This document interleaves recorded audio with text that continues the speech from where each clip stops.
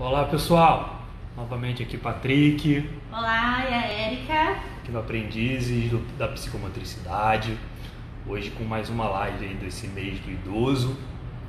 Hoje a gente vai falar com Cacilda Velasco, uma das grandes referências na área de psicomotricidade com idoso. Gerando psicomotricidade, na área aquática também, enfim. Tu vai vir aí pra falar um pouquinho com a gente nessa live. Vamos só esperar vocês entrarem, Cacilda entrar. Isso, pra gente começar aí nosso bate-papo de hoje. Exatamente. Espero que vocês gostem. Cacilda, né? É incrível, ela é incrível.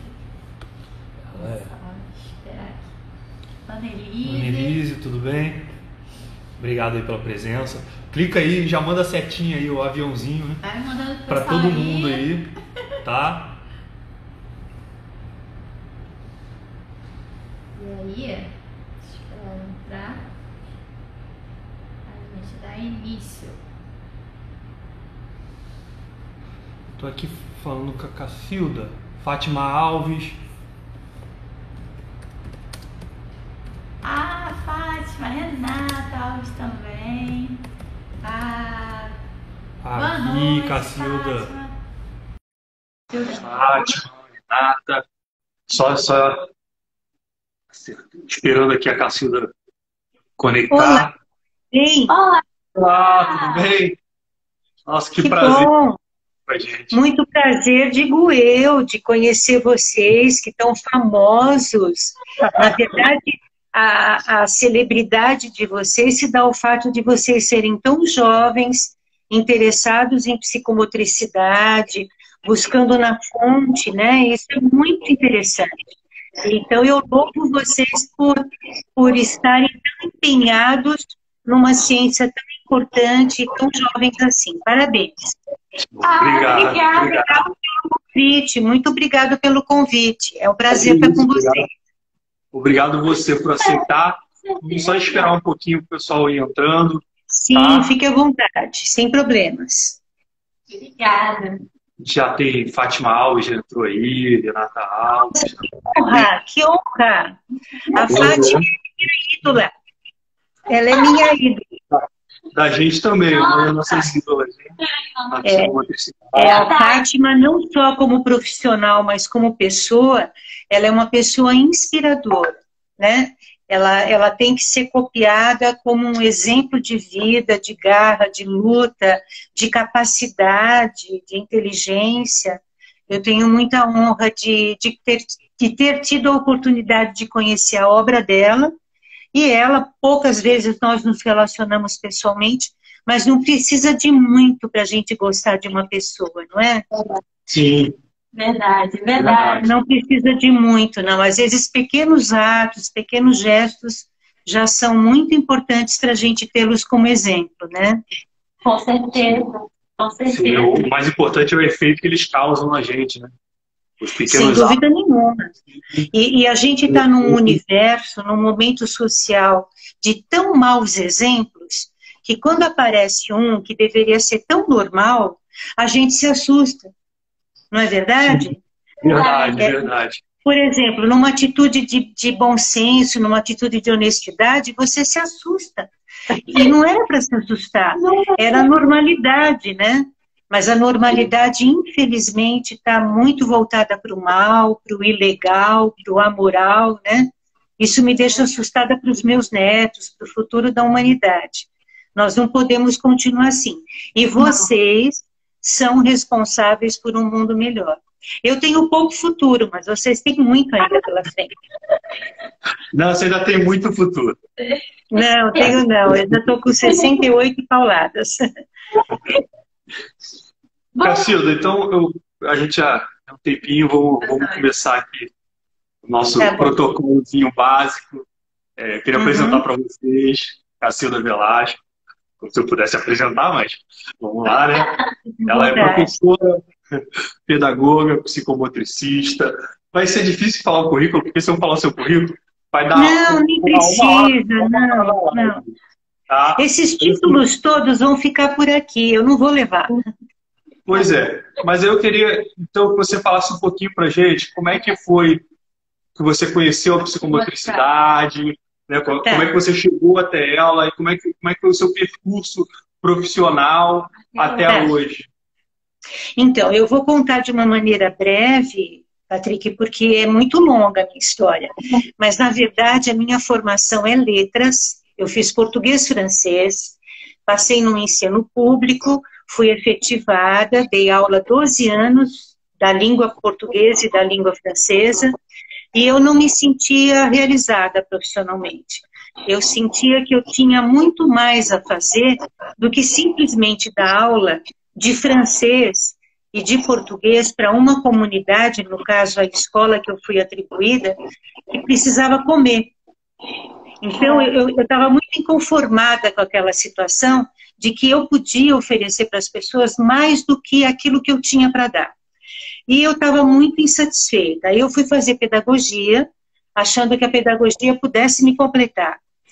Não me completou porque me mostrou um lado muito administrativo naquela ocasião, que não era o que eu queria. Eu queria trabalhar com as necessidades das pessoas. E nessa ocasião, eu tinha um filho, eu tive meu primeiro filho, e como educadora, coloquei ele numa boa escola da minha região, já com 4 anos, até porque eu dava aula o dia todo. E eu fui chamada, em um determinado momento na escola, de que ele estava com problemas psicomotores. E eu me assustei, eu falei, nossa, o que é isso? Primeiro eu nem sabia o que era aquilo. E aí me senti muito mal. Eu me lembro que no dia que eu recebi o comunicado, que eu tinha uma reunião com a psicóloga da escola, eu fiquei muito perturbada. Eu nem dormia à noite pensando o que é problema psicomotor. E quando eu cheguei lá, e eu tenho amizade com ela até hoje, ela foi muito sincera comigo, ela falou, Cacilda, o seu filho tem problemas por estar numa escola como esta, que cobra uma alfabetização precoce, ele só tem 4 anos, e ele não tem maturidade para tudo que estão exigindo para ele. Mas eu vou te encaminhar para uma clínica, e você vai lá, faz uma avaliação, e você vai ver que isso não é nada. Logo, logo isso vai passar. Para mim era uma doença, né?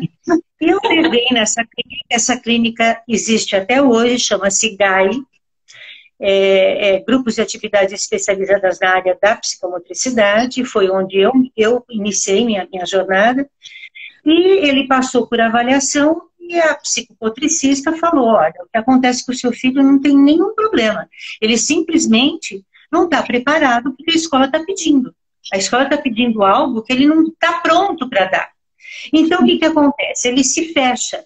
Ele fechava o blusãozinho até aqui, ele não saía para o recreio, ele ficava caladinho, não participava de nada porque ele se sentia totalmente incapaz.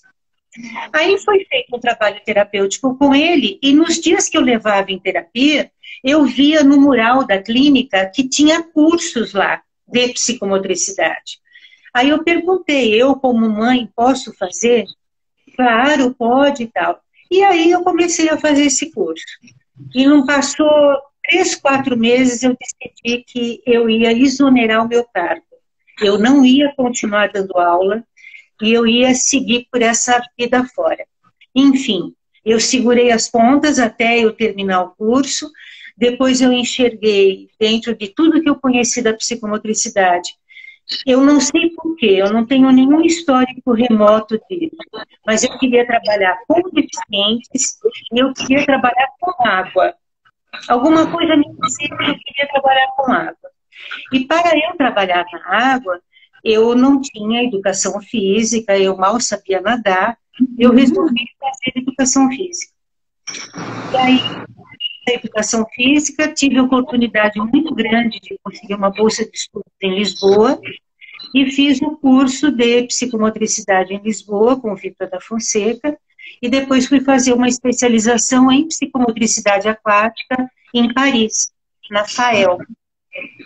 Esse foi o meu percurso. E quando eu voltei para o Brasil, eu já tinha outro filho, com esse outro filho eu não cometi o mesmo erro, Eu fiz questão que ele não fosse alfabetizado antes dos 6 anos. Eu assinei um documento na escola que eu não queria a alfabetização dele. E foi tudo bem. Graças a Deus, os dois hoje são excelentes profissionais. O mais é dentista, especializado em cirurgia e prótese, com mestrado, doutorado, é um super competente profissional. E o Leandro, o mais novo, ele fez medicina e fez odontologia junto. Então, ele é médico e dentista e é muito bem resolvido, sem nenhum problema. E eu me sinto muito privilegiada, como mãe, de ter tido esses meus 2 filhos. Mas, a partir desse momento, a minha vida completamente mudou. Então, houve a possibilidade do meu sogro montar uma escola de natação e a gente, simplesmente, com muita boa vontade, começou a estudar e aplicar aquilo que eu havia aprendido fora. E comecei a praticar essa psicomotricidade com os deficientes. E a partir de então, minha vida foi em cima disso. Terapias psicomotoras aquáticas. Comecei na escola ensinando a nadar de uma maneira diferente, segundo a psicomotricidade. Eu não acreditava naquela forma tão competitiva de resultados. E publicando um livro a respeito de natação, segundo a psicomotricidade, me dediquei por um bom tempo à área esportiva, da psicomotricidade na natação. O meu encontro com idosos se deu depois de 20 anos de carreira. Na verdade, eu comecei com deficientes e prossegui no trabalho terapêutico com deficientes até hoje. Depois eu me dediquei do bebê até o adulto. E os envolvimentos da psicomotricidade na água, eu passei por todas as faixas etárias. Quando eu cheguei nos idosos, eu vi que eles não eram nada mais, nada menos do que pessoas que possuíam dificuldades. E que eu precisava lidar com eles como eu lidava com os deficientes. Era igual. E não era igual como eu lidava com bebê, com criança, com adolescente, com adulto. Por quê? Porque eles tinham perdas muito importantes. E, a partir dos 20 anos, eu montei um grupo dentro dessa escola de natação, um grupo de idosos. A minha população é uma população carente. Eu estou num bairro de São Paulo de uma condição financeira muito baixa, perto da maior favela de São Paulo, que é o Heliópolis. Então, uma comunidade que não tem nada, que precisava de tudo. E o que a gente fez? A gente criou um programa de trabalho. Um programa muito legal, que tinha várias atividades. Tinha atividades em solo, atividades na água, palestras, cursos e tal. E foi um trabalho que me deixou muito enriquecida, porque os idosos só me acrescentaram. A cada momento eu me sentia mais realizada com aquilo. Aí, num determinado momento, onde a gente viu que nós já estávamos com mais de 100 idosos, eu adotei uma praça muito próxima do local. E limpamos essa praça, era um local assim que era de tráfico de drogas. A gente limpou tudo e começou todo dia de manhã a dar atividade física para quem quisesse. Só que a gente não falou que isso era psicomotricidade, a gente chamou isso de ginástica na praça. E íamos fazendo isso, a coisa lotou, aí pegamos uma outra praça no bairro próximo, e lotou. Aí eu falei, gente, nós não estamos dando conta disso, né? Como nós vamos levar, conduzir tudo isso? Aí surgiu entre eles a ideia de que eu colocasse esse projeto num livro e eles ajudariam eu vender o livro. Para arrecadar dinheiro, para o projeto poder se autoalimentar, porque a gente não estava mais dando conta. E aí foi quando eu escrevi o livro, que chama Aprender a Envelhecer à Luz da Psicomotricidade. Esta é a primeira edição, e todos os idosos que estão aqui retratados em fotos no livro eram idosos do programa. Então eu usei fotos deles, ilustração deles, que eram atividades de desenho que eles faziam, e nós pusemos a vender. Isso foi um sucesso muito grande, e aí aconteceu do nada, eu não sei como, esse material chegou na Editora Forte. E a editora Forte me procurou e falou, olha, a gente queria os direitos autorais e republicar o livro. Isso foi depois de 2 anos desse livro lançado. Eu falei, nossa, mas o projeto já nem mais é esse. Eu já tenho muito mais coisa que eu faço com eles. Não, então você escreve o que você quer complementar. E foi quando eles editaram este livro, que tem 2 capítulos de atividades que nós tínhamos inserido dentro do programa. E a partir daí começou a se divulgar um pouco o trabalho que eu fazia com os idosos. Nós fazemos esse trabalho até hoje, na verdade. Hoje não sou eu que conduzo ele, é a Cássia e a Amada, que trabalha comigo há mais de 30 anos, que tem um trabalho lindo chamado Vida Ativa. E eu continuei estudando o envelhecimento, e tudo que eu comecei a fazer foi segundo as orientações do professor Vitor da Fonseca. Eu trouxe ele em 97 para o Brasil para fazer um grande encontro de gerontopsicomotricidade. E foi para mim simbólico, foi um divisor de águas. Eu vi que realmente o que eu pensava do idoso era aquilo, eu precisava lidar ele como um ser com muitas perdas e ganhos, e que eu tinha que entendê-lo como um ser único e não classificá-lo simplesmente por uma faixa etária. Então eu digo isso até hoje. Aliás, hoje eu até mandei uma mensagem para ele do dia do professor, porque lá em Portugal não é o dia de hoje, né? Eu mandei e ele se emocionou bastante, porque ele sabe o quanto eu agradeço a ele, o quanto eu amo ele e quanto ele é meu grande orientador. Ele é, para mim, um maior orientador vivo que nós temos em psicomotricidade. Então, rapidamente, é isso. As falas dele são fantásticas. As falas do Vitor da Fonseca, você até fez algumas lives com ele, a gente acompanhou. Assim, eu vi ele falar, é uma coisa maravilhosa. Ele fala num tempo que não é o nosso, né? O tempo dele é um tempo extremamente acelerado. Ele é um visionário.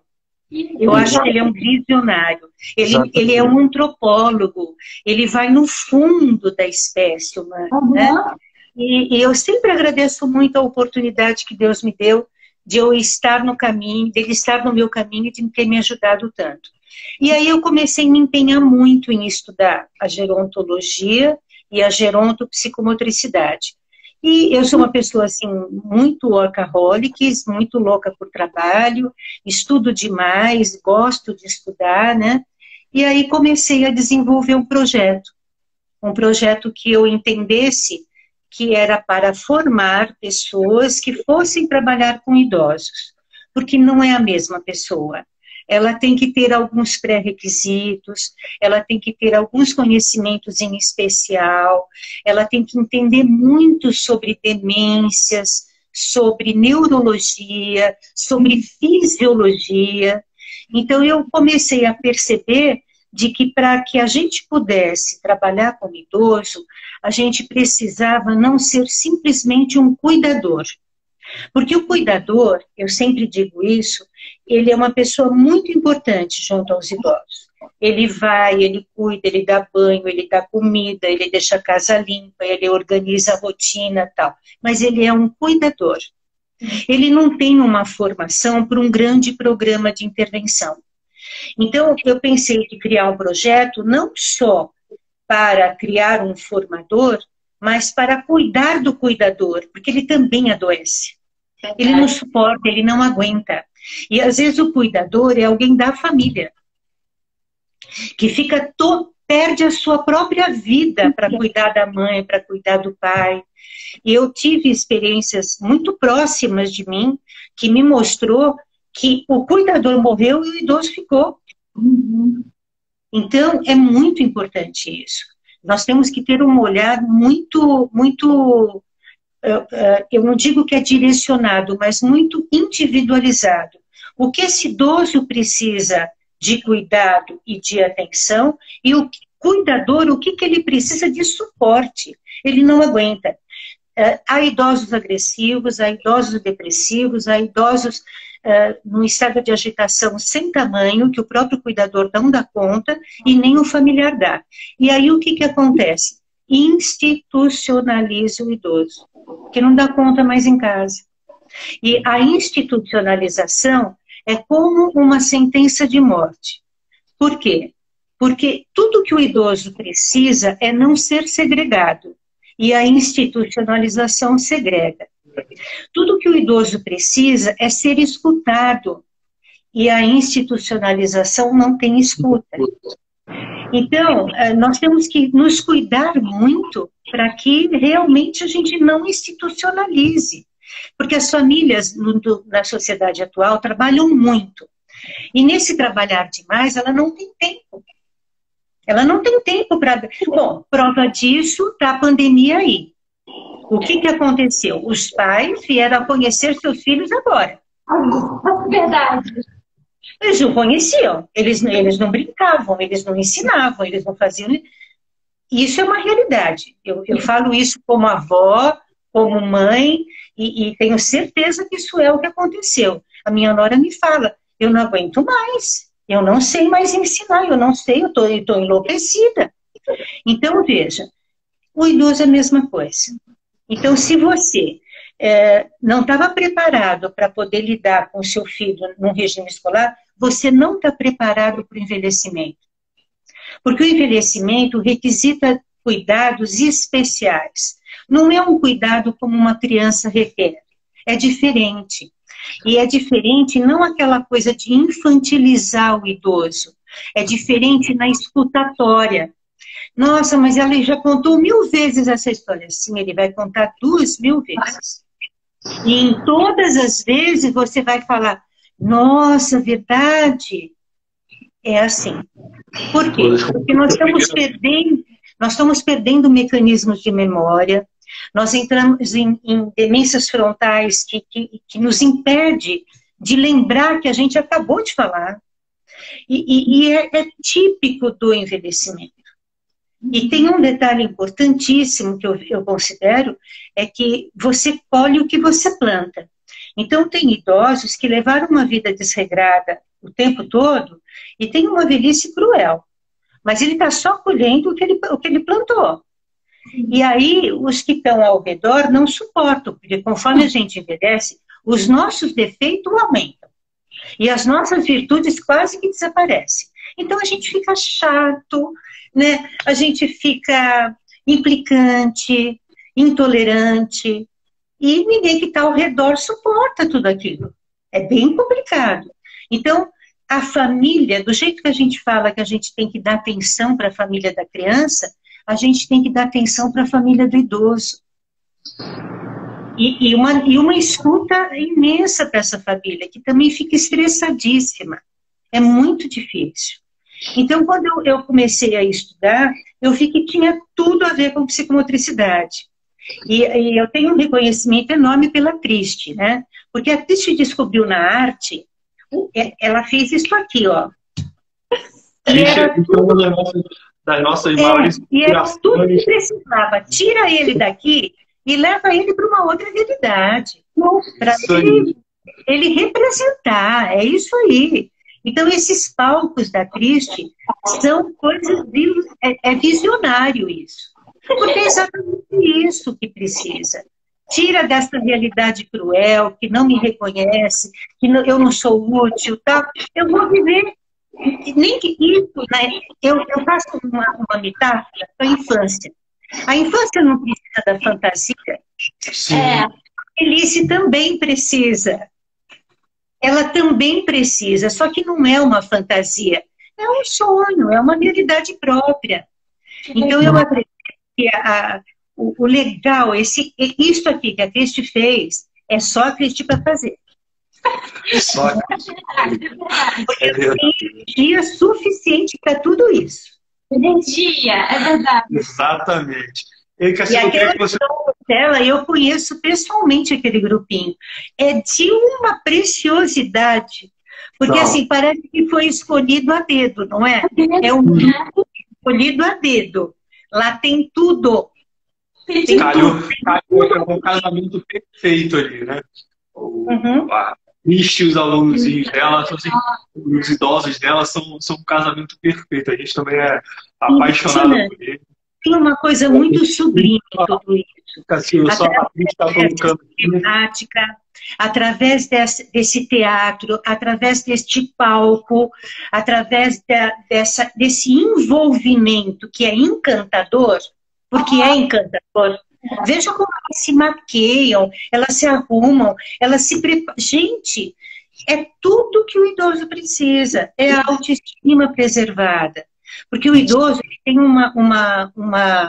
uma sensação de inutilidade total. Eu não sou útil para mais ninguém, eu não presto para mais nada. E naquele cenário ali, ela é um personagem. Isso é fundamental. Então eu gostaria muito de ter uma Cristi aqui em São Paulo. Ela está até falando que está emocionada, que está te agradecendo muito aqui nos nossos comentários. Não, ela não tem nada a agradecer. Eu tive o privilégio imenso de estar lá numa tarde no espaço do INAT que ela fez. Eu fiquei encantada com aquilo. E depois alguns encontros que a gente teve, eu já convidei a Cristi para vir para São Paulo, trazer eles todos aqui. Só que tudo isso é muito oneroso, é muito custoso, né? Eu tenho a sensação que a Cristi descobriu um lado muito nobre, que é esse lado dessa metáfora de vida que nós temos que valorizar. E que a família enxerga isso ridículo. Não é ridículo. Não é ridículo. Eu tenho Cacilda, frase que eu gosto muito, que é um caso, eu já contei em vários lugares para várias pessoas, mas uma pessoa me falou, ele virou para mim, estava numa situação e aí alguém falou para ele assim, isso é ridículo. Ele virou e falou assim, olha, quem tem medo do ridículo nunca alcança o extraordinário. Exato. Olha que lindo. É para se escrever nas estrelas isso. Entendeu? Quem tem medo do ridículo nunca alcança o extraordinário. Então, eu acho assim, todo o trabalho, tanto da Cristi quanto o seu, eu acho assim, maravilhoso. Com certeza. Você sabe, Patrick, eu tenho certeza disso. Cada idoso que passou pela minha vida, que eu tive a oportunidade de conhecer, foi um livro que eu li. E um livro grosso que eu li. Porque me ensinou tanto. A história de vida, a forma com que viveu, a forma com que encarou as mazelas de vida, desde as mais depressivas, aquelas que têm a melhor autoestima. Mas me ensinou muito. E a cada idoso que eu escuto, que eu faço uma escutatória, eu fico pensando assim, nossa, como eu tenho que aprender, porque é muita coisa. Você imagina que nós somos seres únicos e cada um tem um tipo de comportamento todo seu. Sim. E a maneira com que um vê não é a mesma forma com que o outro. E quando você junta para falar de memórias, um ajuda o outro. Na dor do outro, ela vê que a sua dor não é a pior. Tem coisa pior ainda por fazer. E eu acho que isso daí vai nos trazendo para dentro de nós uma noção que o Cortella fala. Nós somos umas poeirinhas. Nós não passamos de poeirinhas no universo. Nós somos muito pequenos. Muito, muito, muito pequenos. Porque tem tanta hombridade em tanta gente. Olha, ontem eu recebi um telefonema de uma ex-aluna minha, de há 4 anos atrás, que eu jamais pensei que ela ligaria para mim. E ela tem 89 anos e ela está afastada por conta da pandemia, os filhos não querem que ela saia e tal. Mas que para ela, o que eu fiz nas atividades que nós desenvolvemos, que era numa entidade chamada FUNSAI, aqui no Ipiranga, ela foi tão marcante que ela nunca esqueceu de mim. E ela me ligou ontem. Quando eu atendi, eu tive uma vontade imensa de chorar. Eu falei, Terezinha, como que se lembra de mim? Ela falou, mas como eu vou esquecer de você? E veja, 89 anos não é pouco, né, Patrícia? Não é pouco. Então, quando você tem isso, nossa, não tem preço. Um negócio desse não tem preço.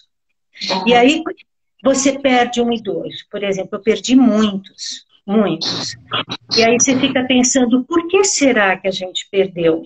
Será que a gente perdeu e não deu valor? Será que a gente... Por que ele foi? E dá uma certa revoltazinha, né? Porque os bons estão indo embora e os maus estão ficando tudo aqui. Ninguém vai embora dessas pestes todas que tem por aqui. E a gente perdeu uma outra há pouco tempo, chamada Tomoko, uma oriental que tinha uma sabedoria, meu Deus do céu, que aquela mulher era. Eu fiquei tão mexida com a morte dela, mas depois eu fui pensando, ela cuidava do marido, o marido estava com sintomas de Alzheimer. Ela não aguentou. Foi muito difícil. Foi difícil demais. Mesmo uma pessoa tão forte quanto ela, foi difícil demais. Então você começa a entender, era o tempo dela, né? Ela precisava ir, ela tinha dado até mais do que ela poderia dar. Então, as perdas são doloridas, não vou negar, deixa um vazio muito grande, mas a gente não esquece de todos que passaram pela gente. Não esquece. É maravilhoso isso. E eu tenho, assim, tantas histórias. O próximo livro meu teria que ser as histórias ouvidas deles, né? Exatamente. Era isso que eu ia falar, você escreveu um livro de vocês. É muita coisa bonita. Então, eu acho que a psicomotricidade, eu não sei qual vai ser a área que vocês vão se dedicar, mas se por acaso se interessarem com idosos, saibam que é um universo encantador. Alguém aí, né? Menina, você vai ter sucesso. Você vai ter sucesso. Essa carinha maravilhosa que você tem, essa simpatia, porque assim, você precisa também trabalhar um pouquinho a sua formação pessoal, porque dói. Não é romântico. Não é romântico. Porque às vezes você tem vontade de xingar, você tem vontade de bater, mas você tem que controlar. Então você tem que ter uma formação pessoal muito, muito firme para ver no que você pode tocar, em que ferida você pode tocar. Porque são várias feridas, né? Então, qual é a ferida que você pode tocar? E sempre que você tocar com essa carinha de simpática. É assim, com alegria, não com tristeza. Porque eles têm no ar que você não está bem. No ar. Eles falam o que está acontecendo com você hoje. E tenha certeza que é batata, ele está percebendo.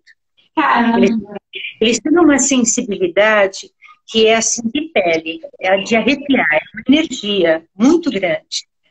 Então, vai ser um universo maravilhoso, Érica, eu tenho certeza. Você vai amar. E olha, tem muita coisa para se fazer com o idoso. O idoso está vivendo um momento social produtivo. O idoso é um grande consumidor no nosso mercado de trabalho. Pode ter muita coisa para idoso, tem creme, tem produto, tem remédio, tem comida. Então, as pessoas não descobriram ainda o nicho que é trabalhar com idoso. Pois é. É um mercado muito promissor, muito promissor. A nossa tendência é exatamente essa, né? Que a gente tem aqui no Brasil. Nós vamos aumentar. Aquela pirâmide, né? Demográfica, em que a gente vai ter mais idosos do que jovens. E aí eu queria que você falasse um pouquinho pra gente o que você acha que é gerontopsicomotricidade, que é o nosso tema aqui de a importância dela na sociedade, né? Como é que você vê a importância dela, depois de falar isso tudo, acho que, né? Eu vou te falar como ela pode colaborar. Eu acho que a gerontopsicomotricidade, ela precisa ser encarada como ciência, em primeiro lugar. Ela não é um achismo, ela não é assim um centro de convivência, que você vai fazer artesanato, pintura e escultura, não é. Ela é ciência, e como ciência, ela precisa ser tratada com intervenções pontuais e corretas. Então, não é segregar, mas vamos separar idosos sãos, que têm uma saúde preservada, que têm mobilidade, que têm capacidade de deslocamento, que têm discernimento cognitivo, e fazer atividades para esses idosos sãos. Estão idosos, estão envelhecendo, mas têm capacidades. Os idosos enfermos, aqueles que possuem patologias, aqueles que já têm comprometimentos por conta de ou síndromes ou até coisas que o próprio envelhecimento trouxe, uma delas a própria diabetes, a pressão alta, os problemas cardíacos, os problemas neurológicos, os problemas articulares. Então, são idosos não incapacitados, mas não são sãos, não têm saúde, têm debilidades, tem algumas debilidades, algumas motoras, algumas cognitivas, muitas emocionais. Então, é um outro grupo. E aqueles idosos que estão totalmente acometidos, como são aqueles portadores de demências, sejam elas quais forem, entre elas o Alzheimer. Se nós classificarmos, a gente consegue trabalhar atividades específicas e com muita produtividade. E não é assim, segregar de turminhas separadas, não. Segregar no planejamento. Enquanto para um você dá tal coisa, para outro você vai dar outra coisa. Ou você vai dar com adaptações. Mas nós não podemos trabalhar com uma massa única e plena, porque não é esse nível. E também podemos separar por idade. Porque a gente tem jovens com 80 anos e tem idosos com 8. Que não aceita a idade. Que se veste como jovem. Que ai de você de falar de um cabelo branco. Então, nós temos que tratar com a especificidade que cada um tem. Isso é fundamental. Então, isso é um primeiro aspecto que eu vejo da ciência. Você classificar os idosos. Não trabalhá-los como uma massa única a partir dos 60. O grupo dos 60 mais. Não. Geração prateada. Não.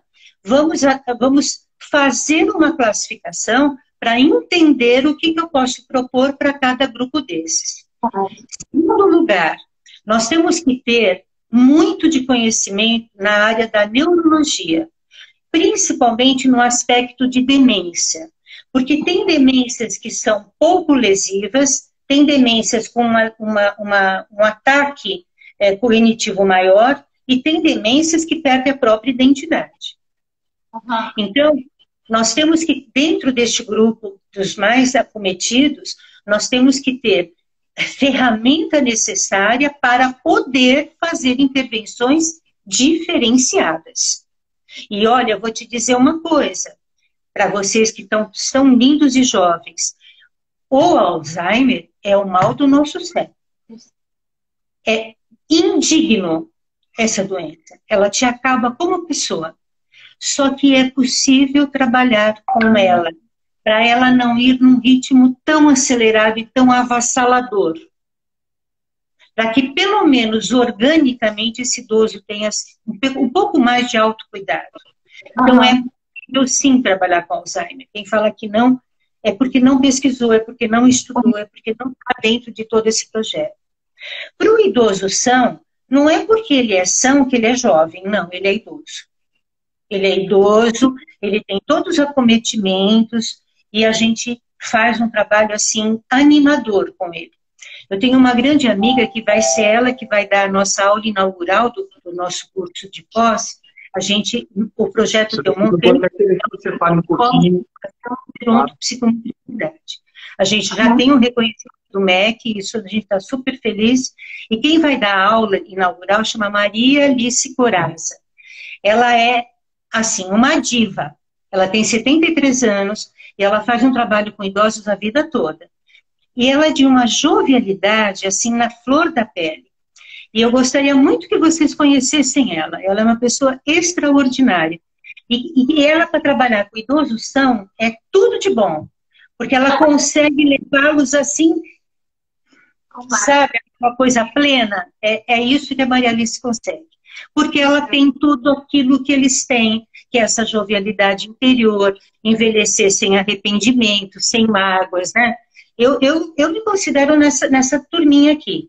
Eu adoro estar com a idade que eu estou, eu curto a idade que eu tenho, eu sei das minhas limitações, eu luto para melhorar a cada dia, mas eu sou idosa, não tem jeito. Não adianta eu querer ser outra. Então eu tenho que assumir a idade que tenho, e não tenho nenhuma vergonha disso. Eu acho que eu já fiz tanta coisa boa nas outras fases, né? Então, agora eu me dou o direito, por exemplo, de tomar um vinho, eu dou o direito de tomar um porre. E eu acho que está na minha natureza, né? Então, eu acho que vale, tudo vale. Porque o futuro é muito pequeno. Então, vale tudo muito a pena agora. Tá? Eu acho que esse é um dos principais. Uma coisa, Patrick, Pode só falar, uma coisa da gerência.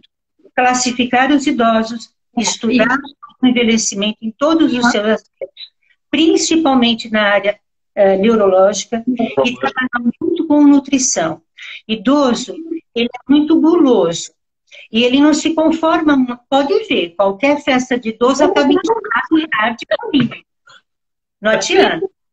E ele não consegue controlar. E quando a gente faz uma reeducação alimentar para o idoso, funciona muito bem. E eu acho que como nós temos todos os nossos radicais livres já se oxidando, toda a nossa parte cognitiva em debilidade, a alimentação é um momento muito importante da gente parar para pensar e estudar mesmo os nutrientes e trabalhar efetivamente nestes hábitos, né?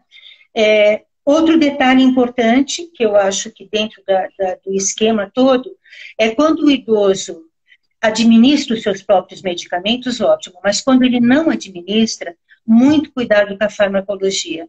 Muitas vezes o idoso acaba tomando mais remédio que precisa. Ele não precisa de tudo aquilo. E um remédio bate com o outro, o horário que toma não é legal, e ele não tem paciência de ficar toda hora consultando o médico, e o médico não tem paciência de toda hora orientar. Então, nós temos que tomar muito cuidado com a farmacologia. Horário que toma, dosagem que toma. Eu sinto que está se automedicando demais. Você toma um remédio para uma coisa, o outro para outra. Aí esse faz esse efeito aqui e esse efeito lá. Dá um nó no pensamento. Então, nós temos que tomar muito cuidado com isso. E para isso tem que estudar. Tem que entender. Entender este remédio, como ele funciona, qual é o melhor horário, que atividade ele vai fazer, vai tomar antes ou vai tomar depois, isso é muito importante. E é claro que eu não ia deixar de lado a influência da água, a influência de trabalhos na água. Porque na água nós somos mais leves, na água nós somos, não temos dores, nosso circuito de irrigação é muito bem controlado e tudo que é possível não se fazer fora, a gente acaba fazendo na água. Então, assim, a maior parte das atividades, se possível, ser feitas na água. Não podia deixar de puxar brasa para minha sardinha. Não, mas eu concordo plenamente, que isso que você falou, na água você não tem, né, tantas limitações quanto fora da água, né, no meio terrestre. E eu que eu ia falar... Proteção da água, não são. Oi? Não. Proteção da água? Não. Ciência da água, não. Não, que pena. Vocês não sabem o que vocês estão perdendo. Mas é quem sabe, né? possibilidade. Sempre há. Eu não sei qual é a novela, mas teve uma novela que teve uma piscina de água aí, não sei, que a água dava jovialidade, não sei qual foi. Mas é verdade, a água dá essa jovialidade. O quê? Mas aí o que eu ia falar era que exatamente aquilo que você estava falando desse aceitar a própria idade, né? Eu acho que a gerontomotricidade ajuda muito nisso. Traz muito isso para o idoso, né? Se aceitar a própria idade, o próprio corpo, né? As próprias limitações e potencializar. E não se culpar por isso, não sofrer por isso. Porque não dá, não consigo, não dá. Eu vou fazer de uma outra maneira, vou ter prazer de uma outra maneira, né? Então, eu não consigo já grandes corridas, mas consigo boas caminhadas. Então, eu acho que quando a gente tem a coisa da resiliência, não é resignação, não, é resiliência, é tolerância. A gente ser mais tolerante com o envelhecimento. Porque ele pode ser gostoso, ele pode ser legal. Sim. Ele é legal. Eu queria falar um negócio que a Fátima Alves falou um pouco antes, que você e a Cristi são encantadoras de idosos. Você falou que né, você é fã da Fátima Alves. Então eu achei que era importante eu falar isso para você. Entendeu? E aí eu queria que você falasse um pouquinho para gente. Você falou que né, o idoso ele é meio que uma visão de inutilidade, né? Da sociedade. E aí, eu acho que isso, Patrick, a inutilidade é a maior mazela do envelhecimento. Sabe por quê? Quando você não é mais útil para mais nada, para que você está vivo? Você não tem vontade de viver. Então, se eu não sou útil para uma comidinha, se eu não sou útil para cuidar de uma criança, se eu não sou útil para cuidar da minha própria casa, se ninguém me liga, se ninguém dá valor porque eu estou fazendo, para onde eu vou, para que eu estou aqui? Não tem sentido. Então, a utilidade, né, Érica, é uma coisa assim. Que bom que ele pediu isso para mim. É porque o que eu faço ainda vale a pena. Né? Eu sempre cito uma mensagem do padre Fábio de Mello, que ele diz assim, que ele está muito preocupado quem vai pôr o padre Fábio de Mello no sol. Você que vai tirar. Mas ele está mais preocupado quem vai tirar o padre Fábio do sol. Porque ele pode ser esquecido lá. E eu tenho a mesma preocupação.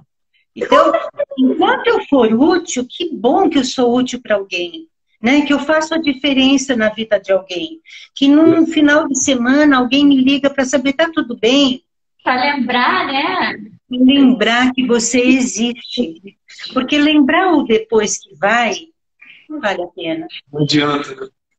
Por isso que eu falo tanto do professor Vitor. Eu fiquei muito feliz com a Rossana, que providenciou uma obra de pessoas que são discípulas do Vitor para escrever alguma coisa em homenagem a ele em vida. Porque depois que ele for... Não adianta, né? Não, e nem se sabe se a família vai dar o mesmo valor. Né? Agora, tudo que a gente puder fazer por ele enquanto ele é vivo, é o que ele vai guardar e o que ele vai levar. É o que ele vai levar. Claro. Sim. Com certeza. Então, vamos fazer vida o que a gente pode, né? Isso é muito importante. Verdade. É o que ele vai conseguir viver, O que você falou que tinha de pergunta da Fátima? Oi, desculpa. De pergunta? Você falou que tinha uma pergunta da Fátima? Não, ela falando. Que ela falando que são encantadoras de idosos, tanto você quanto a Cristi. Naquela hora que você estava falando. Não, eu não sou encantadora. A Cristi é. A Cristi tem um pozinho mágico. Assim, que ela solta. Mas eu não sou, não. Eu não tenho esse dom aí todo. Eu tenho que aprender muito ainda com a Cristi. Nossa. E aí eu queria que você falasse, porque você falou um pouquinho sobre a formação, a importância dessa formação. Né? Então, aí a formação... Quem vai cuidar do cuidador, quem vai cuidar desse idoso. Ela não visa... Isso, ela não visa simplesmente pensar no cuidado com os idosos, mas trabalhar com o cuidador. Então, trabalhar também com o cuidador, trabalhar também com a família. Eu não toquei num assunto que eu considero muito importante do nosso curso, que é sobre cuidados paliativos. Cuidados paliativos é aquele idoso que já está condenado no hospital. Muitas vezes ele pede para desligar a máquina, ele tem sanidade ainda e ele não quer mais sofrer, ele pede desligamento. E não é fácil trabalhar com essa área. Os cuidados paliativos são adoecedores, né? E a gente vai ter uma disciplina com o Daniel Alpeno que é fenomenal. Porque, assim, a primeira coisa com o idoso é o respeito. Ele tem direito a dar conta da própria história, né? E a gente não tem o direito de querer traçar a história dele. A história é dele. A história não é nossa, a história é dele. Então, o que eu acredito? Eu acredito, assim, que eu estava brincando até há pouco tempo, acho que foi aqui num curso que eu dei essa semana, se alguém inventar uma faculdade para ser pai e mãe, vai ficar rico. Vai ficar riquíssimo, porque ninguém está preparado para ser pai e mãe. E quando vem, você fica totalmente fora de ordem. Então, se antes de pensar em ter filho, os pais se preparassem para receber essa criança, a nossa infância estava muito melhor cuidada. E eu vejo a mesma coisa com o idoso. Todo mundo vai envelhecer, só que eles acham que vai ser longe. Eu não me preocupo com isso. Mas em toda família vai haver um envelhecimento. Então, se você se preparar, você não quer trabalhar com o idoso, se você se preparar para viver na sua própria família à espera desse envelhecimento, eu acho que é uma formação fantástica. Mas a nossa visa formar profissionais com conhecimento de gerontopsicomotricidade em todos esses aspectos para o trabalho em clínica, em hospital e em residência, com idosos, em diferentes níveis de envelhecimento, em diferentes patologias, com diferentes grupos de idosos. Então, ele é bastante abrangente, ele tem um estágio supervisionado de 120 horas, e a gente vai tentar colocá-los no mercado de trabalho para realmente cobrir essa grande falha. Porque hoje tem uma grande falha, não tem quem é especializado para trabalhar com os idosos. Tem aquela pessoa cheia de carinho, cheia de amor, de cuidado, mas é um cuidador. É um cuidador, ele não é um terapeuta, uma pessoa qualificada com todo o conhecimento necessário. E eu espero que a gente possa atingir o nosso objetivo. Tomara que eu viva até lá, né? Eu também. Eu estou muito calma com isso. Eu encaro a morte como uma passagem. A gente não tem só essa vida, não. A gente tem várias. Eu vou voltar. Eu vou voltar. Eu vou voltar. Vocês são uma alegria, uma simpatia, a coisa mais linda. Nossa, que isso, a Patrícia é apaixonada por vocês, viu? Ela fala com muito carinho de vocês, com muito carinho. A gente também. Muito, com certeza. E aí, Cacilda, a gente, infelizmente, como tudo que é bom, dura pouco. Não, foi um prazer, foi um prazer. E eu fico à disposição de vocês para qualquer outro momento que precisarem. Se quiserem, olha, eu vou lhe convidar, então, para uma coisa. Dia 24, que eu acho que é um sábado, 24. Dia 24, às 2 horas da tarde, a gente vai dar a nossa segunda aula. Nós criamos 3 aulas gratuitas, uma em setembro, uma em outubro, uma em novembro, do curso. Nós vamos ter aula com o professor André, que é um fisioterapeuta, que vai falar sobre o mercado de trabalho com idosos. É gratuita. Vocês só se inscrevem lá na associação e assistam a aula. Vão ver que legal que vocês vão ouvir falar do trabalho. Então, que fantástico. Pessoal, a associação Vencer, né? Para poder, quem quiser também acompanhar, eu agradeço. Fique à vontade, isso. Entre em contato lá no Face, no Instagram, no site. Está tudo explicadinho lá. Mas participa dessa aula para vocês conhecerem a gente. É tudo ao vivo e a cores que a gente vai estar falando. Vamos sim. E aí a gente tem nós somos aprendizes da psicomotricidade, né? E a gente procura aprender com vocês que estão há mais tempo na área. A gente tem sempre no finalzinho das nossas lives, o que a gente pede é que se vocês puderem dar algumas dicas pra gente, alguma dica que você queira dar pra gente, por favor. E para quem começou da psicomotricidade, quem se interessa por isso e quem passou a se interessar assistindo aí a nossa live. Primeira dica, continuem apaixonados por essa ciência. Porque essa ciência, ela não fascina, ela apaixona. E ela muda não o nosso comportamento profissional, ela muda a nossa vida. Sim. Certo? Segundo lugar, respeitem as pessoas que documentaram essa ciência. Não se baseiem em pequenos achados, se baseiem em evidências. Leiam os grandes nomes, leiam tudo, os primórdios de Dupré, Vallon, todos os nossos anteriores que pesquisaram tanto para nos tornar ciência. Se façam profissionais regularizados, reconhecidos e regimentados, porque agora serão. Nós lutamos, olha, eu me lembro que eu falava assim, eu não vou ter logo e eu não tenho sala de trabalho, porque a minha sala sempre foi 1000 vezes adaptada, como eu comentei, eu estou num espaço que é um espaço muito democrático, sem condição financeira. E eu achava que quando a profissão fosse reconhecida, valeria a pena. Eu só fiz o meu logo no dia 18 de setembro de 2018, quando nós tivemos o reconhecimento do CBO. Nós lutamos muito para isso e vocês estão recebendo essa titulação. Se respeitem enquanto profissionais, vocês são profissionais. E sempre estudem, não parem de estudar. A gente não é dono da verdade. A gente acha, eu já sei tudo, para que eu vou assistir aquela live? Para que eu vou ler aquele livro? Não, eu já li, eu já vou fazer. Pego uma receitinha aqui, pego uma vivência lá, eu pego aquela vivência e venho aplicar ela aqui. Não façam isso. Construam o seu próprio saber. Isso é fundamental. Eu construí um saber onde ninguém falava nada do que eu estava falando. Era uma verdadeira louca. Eu me lembro que muitas pessoas falavam, você é muito sonhadora, idealista, imagina, psicomotricidade na água, que é isso? Olha, eu não me arrependo nenhum minuto de todas as portas fechadas que eu tive. Mas vocês não vão passar por isso. Vocês já estão com o caminho muito aberto. A única coisa, valorizem a ciência. Não se baseiem em meras especulações. Moleste um pouquinho de cada um, seja uma esponjinha. Né? Um pouquinho do que um fala, do que o outro fala. Construi o seu próprio saber. Eu acho que isso é fundamental na vida da gente. E acreditar que a gente é muito pequenininho. A gente não é tudo isso aí, não. A gente é bem pequenininho. E esse pequenininho que é nosso para valer. Se aproprie disso, que isso vai fazer muita diferença no futuro. Tá bom? Nossa, que incrível!